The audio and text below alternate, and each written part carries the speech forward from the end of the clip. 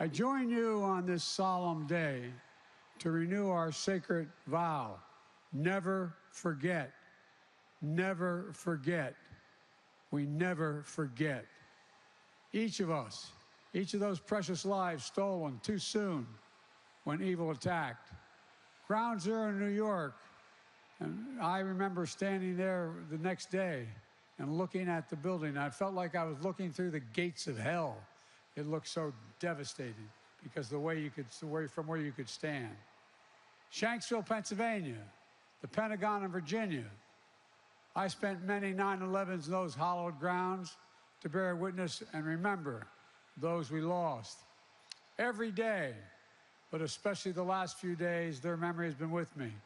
I'm just returning from the G20 summit in India, where we strengthened America's leadership on the global stage, followed by a historic trip to Vietnam, where we transformed our partnership in one of the most critical regions in the world. These trips are an essential part of how we're going to ensure the United States is flanked by the broadest array of allies and partners who will stand with us and deter any threat to our security. To build a world that is safer for all of our children, something that today of all days we're reminded of is not a given. Because through this military base is located on Ground Zero, we know the distance did not dull or diminish the pain we felt all across the nation of September 11th. Because we know that on this day 22 years ago from this base, we're scrambled in high alert to escort planes through the airspace. Alaskan communities opened their doors to stranded passengers. American flags sold out in every store and were placed in front of seemingly every home. We know that on this day, every American's heart was wounded, yet every big city, small town, suburb, rural town, tribal community, American hands went up, ready to help where they could, ready to serve like so many of you here, ready like Chief Master Sergeant Shady Traylor, here with us today, who had recently started college when Flight 93 went down a few miles from Shanksville. She said, and I quote, "I immediately knew I wanted to sign up and suit up to serve my country." Ready like General Eifler, who said on that day, "When our nation calls, we must be ready." It called, and we went without hesitation. My fellow Americans, September 11th, 2001, tested our strength, our resolve, and our courage. The billowing smoke and ash that darkened the clear blue sky that September day. The shredded steel and concrete slabs that rained down from the World Trade Center. The plume of fire that shot up in the sky in Pentagon. I remember seeing as I got off the Amtrak train on my way to work in the United States Senate. The pit into the earth in Shanksville, a testament to the unbreakable courage and resolve of the American people. But we'll never forget that when faced with evil and an enemy who sought to tear us apart, we endured. We endured. But while every year we mark this hallowed day, it's never easy.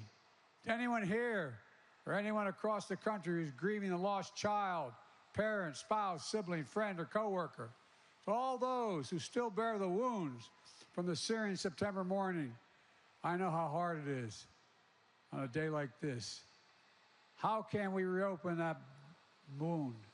It's like opening a black hole in your chest, sucking you into it again, bringing you back to that moment when you saw the news, the moment you got that phone call, the moment you realized you'd never say again, "See you later, Mom," or "Talk to you soon, son." Think of everything your loved one might have done if they had a little more time. What would they have done? And though that can leave you so hollow, it also makes you full at the same time. On this day, I'm thinking about a friend of mine named Davis, who grew up with me in Delaware. 22 years ago, he and his family had just passed the first year without their youngest son of 3 sons, who died in a boating accident at age 15. His oldest son, Davis Jr., was just 6 days into a new job on the 104th floor of the South Tower of the World Trade Center. Davis went straight to Ground Zero to search for his son. searched deep into the last, as he referred to it, innings of hope, as he put it. A few days later, I called David to talk, as fathers know, about losing a piece of your soul. I was on my way to speak to students at the University of Delaware to try to make sense of what happened. And guess what? Having lost 2 sons within a year, Davis told me, "Just tell them, Joe, don't be afraid. Don't be afraid." The terrorists stole 2,977 souls that day. 2,977 souls, forever altering the future of so many families and the story of our nation. But those terrorists could not touch what no force, no enemy, no day ever could, and that is the soul of America. What's the soul of America? It's the breath, the life, the essence of who we are. The soul is what makes us us. The soul of America is based on a sacred proposition that we're all created equal, endowed by our Creator with certain inalienable rights: life, liberty, the pursuit of happiness. We haven't always lived up to it, but we've never walked away from that proposition either. The soul of America is the fortitude we found in the fear of that terrible September day, the purpose we found in our pain, the light we found in our darkest hour, an hour when terrorists believed they could bring us to our knees, bend our will, break our resolve. But they were wrong. They were dead wrong. In the crucible of 9/11 and the days and months that followed, we saw the stuff America's made of. Firefighters and police officers and other first responders running into an inferno of jet fuel debris at ground zero, breathing in toxins and ash that would damage their own health, but still refusing to stop for months. Civilians and service members of the Pentagon rushing into the fiery breach again and again and again to rescue their colleagues in the Pentagon. The Patriot passengers on Flight 93, think of this, who did not know the horror that awaited them, but they confronted the unimaginable, fear and terror, with absolute courage. It's astonishing. The poet Maya Angelou wrote, "History, despite its wrenching pain, cannot be unlived. But if we faced it with courage, we need not live it again." My mother had it put it a different way. My mother was a 5'2" little Irish lady who had a backbone like a ramrod. She used to say, and I mean this sincerely, "Courage lies in every heart, and the expectation is that one day it will be summoned." On September 11th, it was summoned at 9:57 a.m. It was summoned, and 40 incredible women and men in Shanksville answered the call. Civilians, they gave their lives, and in doing so, they gave life to their country. We saw that courage at Ground Zero in the Pentagon, and we saw it in so many other ways. These are our heroes, like the faith community leaders all across the country who pushed back against the fear and hate they saw directed at Muslim Americans and Middle Eastern Americans of South Asian descent. Heroes like all of you, the brave women and men of the armed forces who never faltered, you never failed to defend our nation, our people, and our values in times of trial. Heroes like the 9/11 generation, hundreds of thousands of brave Americans were deployed to Afghanistan to make sure the United States would not be attacked again, who served in Iraq, like many of you probably did, in war zones around the world, risking their own safety and the safety of their fellow citizens, for the safety of their fellow citizens, who served and sacrificed again and again to defend our democracy and deny terrorists a safe haven, who followed Osama bin Laden to the end of the earth and ultimately sent him to the gates of hell 12 years ago. And then last year, I made the decision to take out Zawahiri, the #2 who met the same fate. And today, our intelligence community has recently assessed in a declassified memo that al-Qaeda threat from Afghanistan and Pakistan has reached a historic low. So all this has changed over the last 22 years. The resolve of the American people has proved we never bow, We never bend. We never yield. Our longest war is over, but our commitment to preventing another attack on the United States and our people and our allies will never, never rest. Never. Terrorism, including political and ideological violence, is the opposite of all we stand for as a nation that settles our difference peacefully under a rule of law. We're going to continue to track terrorist threats in all forms, wherever it may be. We're going to continue to disrupt terrorist activity wherever we may find it. And I will never hesitate to do what is necessary to defend the American people, just as I will never forget our sacred duty to those of you who serve. Never before in our history has America asked so much for so many over such a sustained period for all volunteer force. You make up 1% of the population. You're the strength, the venue, you're the backbone. You're the sinew of America. As a nation, we have many obligations. But I've been saying for 30 years, we only have one truly sacred obligation: to prepare those we send into harm's way and care for them and their families when they return home and when they do not return home. It's an obligation, not based on party or politics, but on a promise that unites all Americans.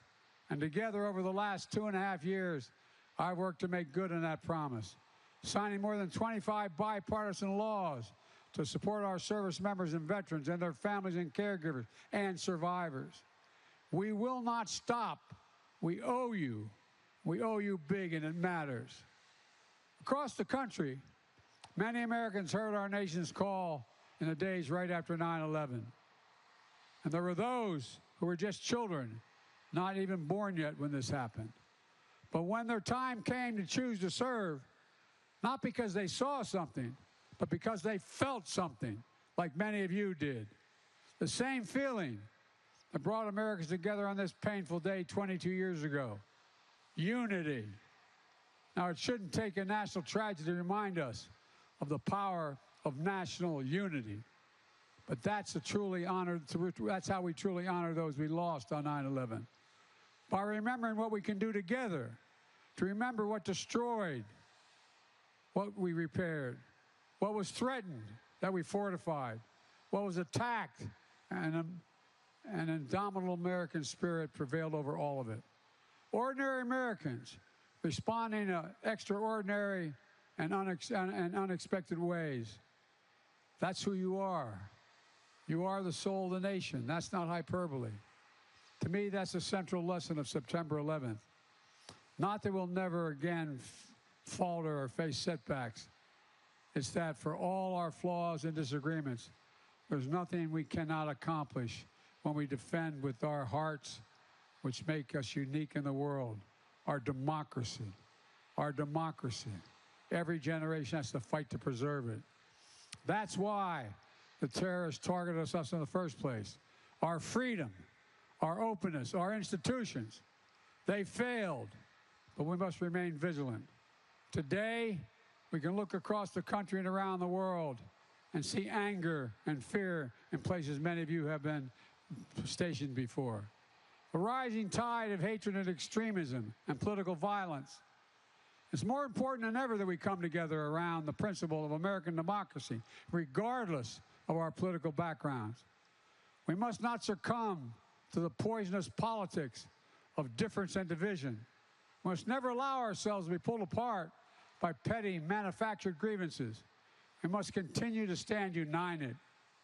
We all have an obligation, a duty, a responsibility to defend, to preserve, to protect our democracy. And always remember, American democracy depends not on some of us, but on all of us. American democracy depends on the habits of the heart of we the people. The habits of the heart. Let me close with this. Earlier today in Hanoi, I visited a marker to honor my friend, war hero, senator, and statesman John McCain. John and I disagreed like hell, like two brothers. We'd argue like hell on the Senate floor. Then we go to lunch together. I went out to see John just before he passed away at his home. As I was walking out, I put my hand on his chest, and he pulled me down. He kissed me. He said, "I love you. Will you do my eulogy?" John and I were friends, like a lot of us who had differences. Like Ted Stevens and I were friends. We disagreed, but we're friends. One thing I always admired about John was how he put duty to country first. And that's not hyperbole. He did. Above party, above politics, above his own person. This day reminds us we must never lose that sense of national unity. So let that be the common cause of our time. Let us honor September 11th by renewing our faith in one another. Let us remember who we are as a nation. We never forget. We're never afraid. We endure. We overcome. We are the United States of America. And there is nothing, literally, historically, nothing has been beyond our capacity when we set our mind to it together. Well, God bless you all. May God protect our troops. Thank you.